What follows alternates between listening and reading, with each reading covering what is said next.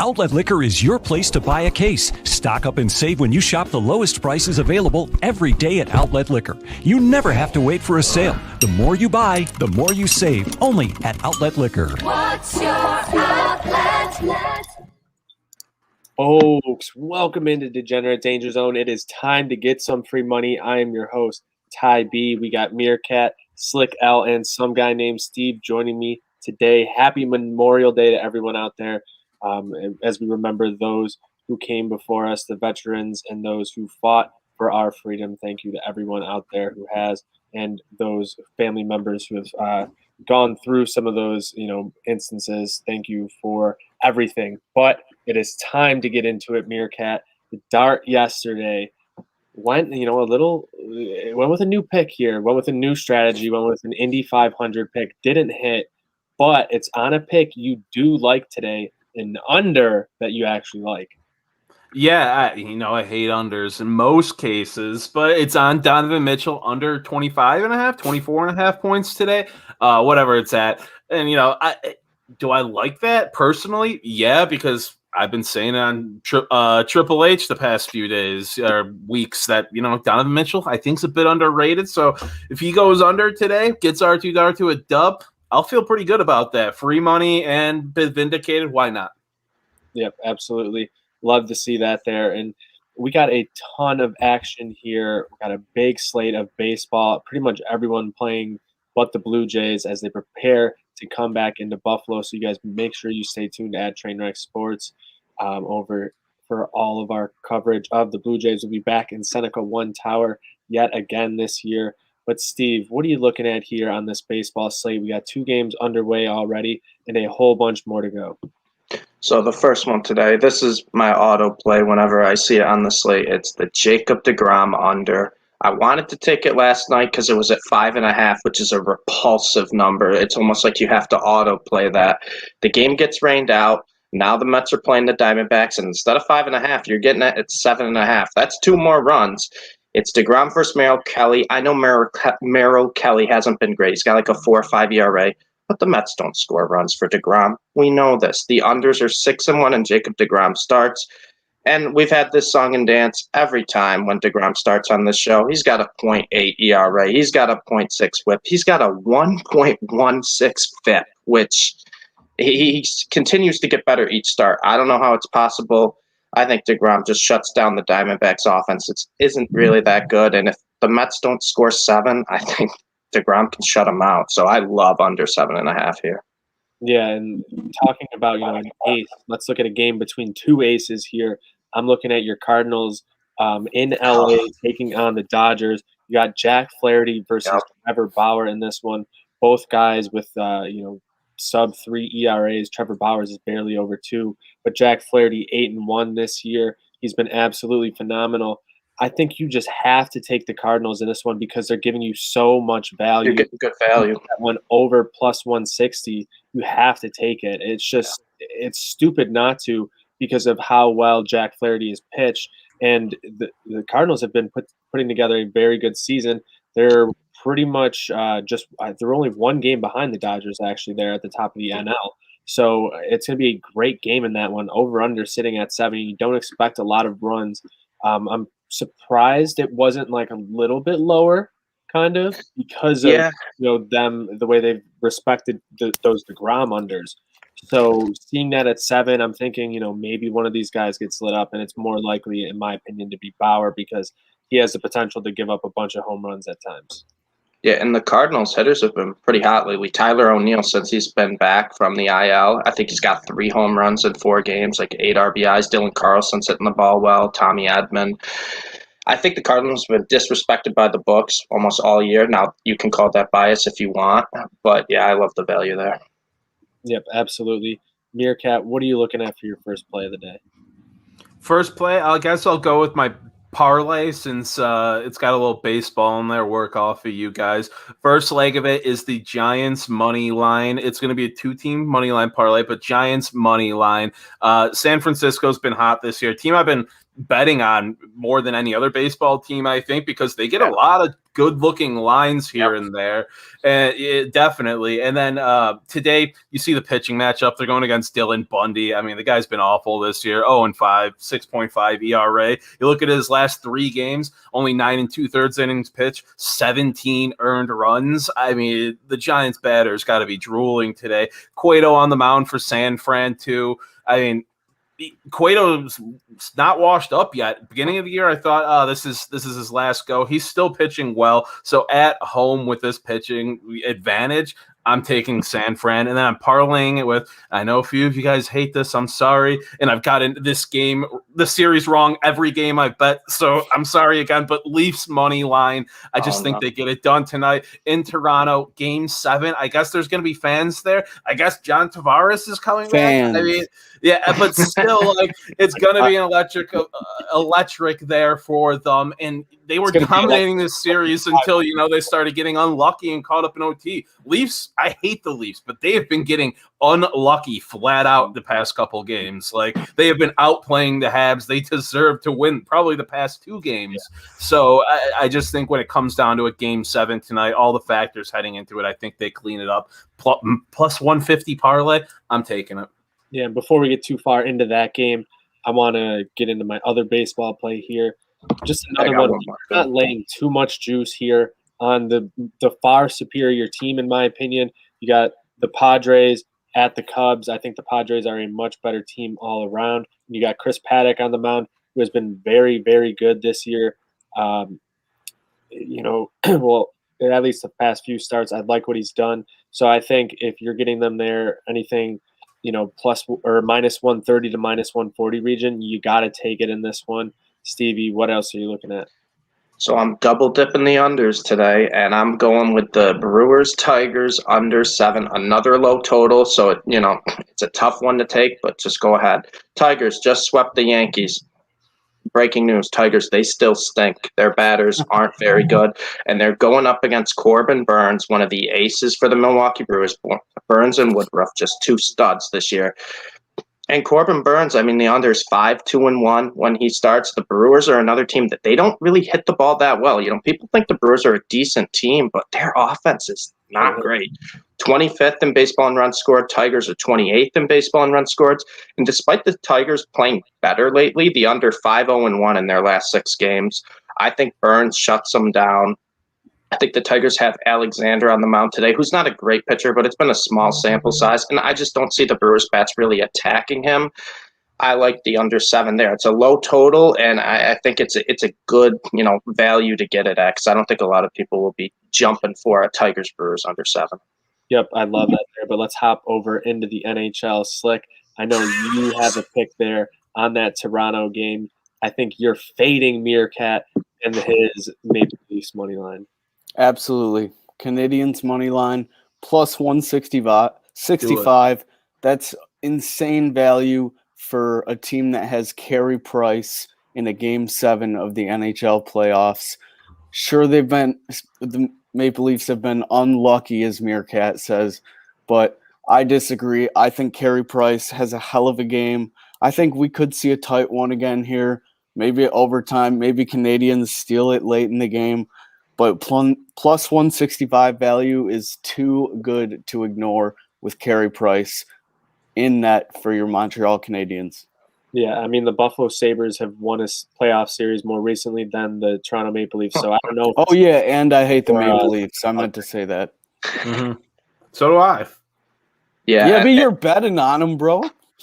I mean, I see free money. I'm taking it. I don't care. Okay, we'll see. I mean, we will.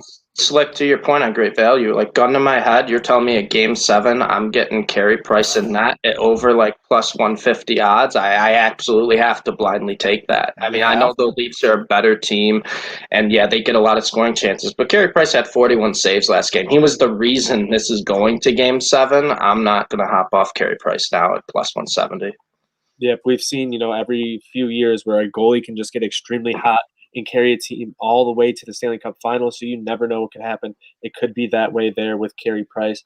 And then this other game starting just a half hour after the other one, because we got both these Eastern whatever side of the matchups. Because they're not the conferences anymore. Am I Yeah, right? I know. Yeah. Yeah. So we got Islanders Bruins. That's a 7:30 start. I'm going back on the Islanders. I think they're going to get one here on the road. It's just too much value. They're giving it to you even more value than in game one. You saw it was a very close game back and forth until the end there. One or two bounces go the other way, and it could have been the Islanders getting a 4-1 win or whatever it ended up being. So or 4-2 or whatever it was.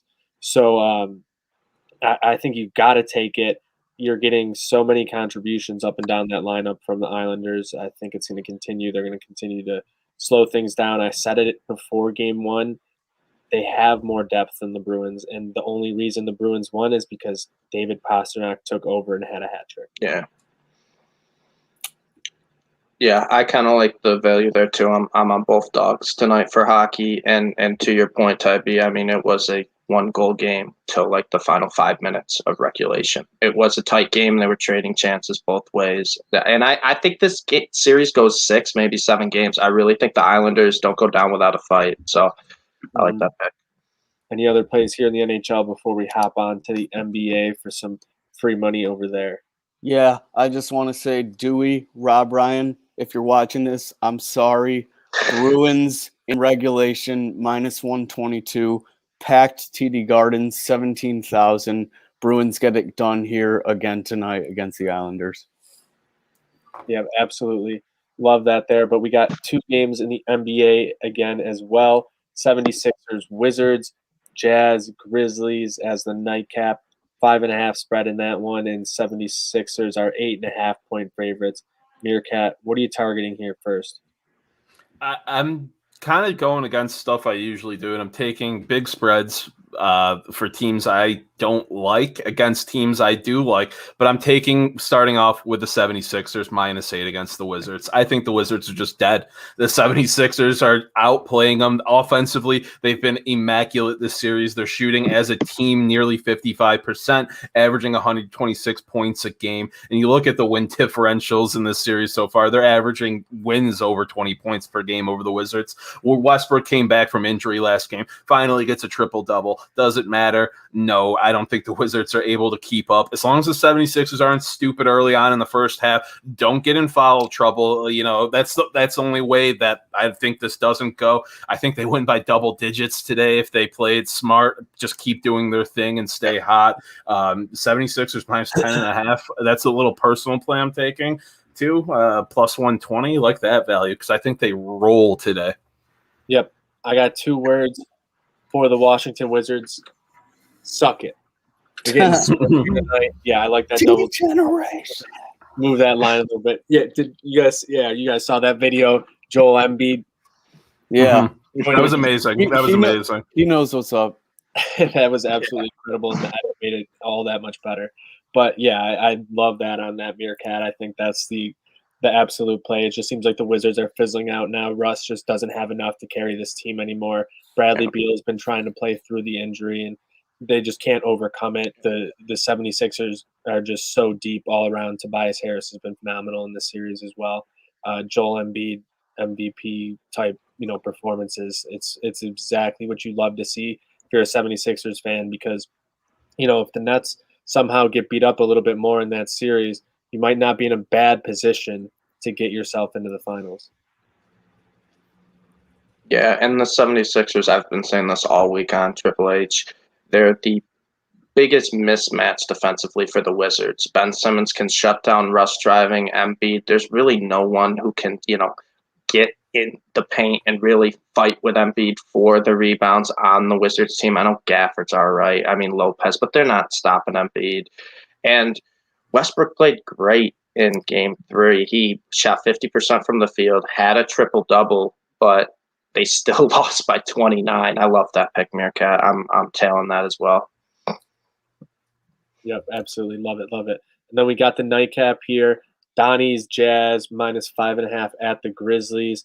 John Morant put up some incredible performances. He's one of 3 players to reach 100 points in their first 3 career NBA playoff games, which is an incredible accomplishment if you look at the names he's besides. I just don't know if they're going to have enough in this series and in this game. How do you see this one playing out, Slick? I thought Donovan Mitchell played a hell of a game too, and I think this spread is a little bit deceiving at -5.5. I think Utah steamrolls the Grizzlies tonight. I love Ja; he's a great player, but I just don't think they have the chemistry like the Jazz does, and the outside perimeter shooting. Even though Dylan Brooks, he's a dog. But the Jazz have guys that are better than guys like Dylan Brooks in those positions. You got Bogdanovich that can shoot from the perimeter. Donovan Mitchell, we all know what he does. Mike Conley coming off the bench. I just don't see the Grizzlies winning this one. I think the Jazz cover a -5.5 spread. And going back to that 76ers game too, I was just going to say the 76ers have dominated the Wizards thus far because of the size advantage. And I want to go Joel Embiid over 10.5 rebounds. It's even money. They've been dominating them on the boards. That's why they're winning those games, is the size advantage. And also take the Utah Jazz -5.5. I think they steamroll the Grizzlies tonight. Meerkat, what do you got on this one? Even though I think Donovan Mitchell's overrated, his boost offensively is enough to help him close out this series. I'm hopping on the Jazz -5.5. Slick, he shot 2 of 10 from 3, 39% from the floor. I don't care how many points he scores. That's not good. But still, it's enough. They're 4-1 against not efficient. We won't get into it, but they're 4-1 against the spread in their last 5. I mean, it's just too much, especially offensively from 3. The Grizzlies can't keep up. Ja can't keep carrying that team, and you're not going to see Utah have 13 turnovers again and probably not get out-rebounded again. So I'm going with another team I personally don't like, kind of bigger spread, -5.5, but Jazz -5.5. I think they close out the next 2. I think they end this series. They win out. Yep, I think that's got to be the play there. Steve, anything else before we hop out here?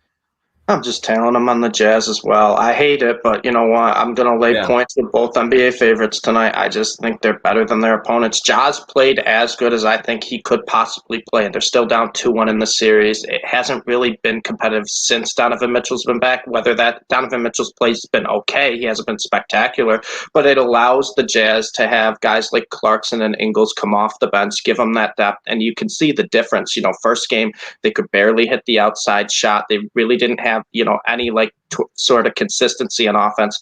Past 2 games for the Jazz, 19 threes in both of them, kind of what we've seen in the regular season, just a balanced team that'll shoot you out of the gym.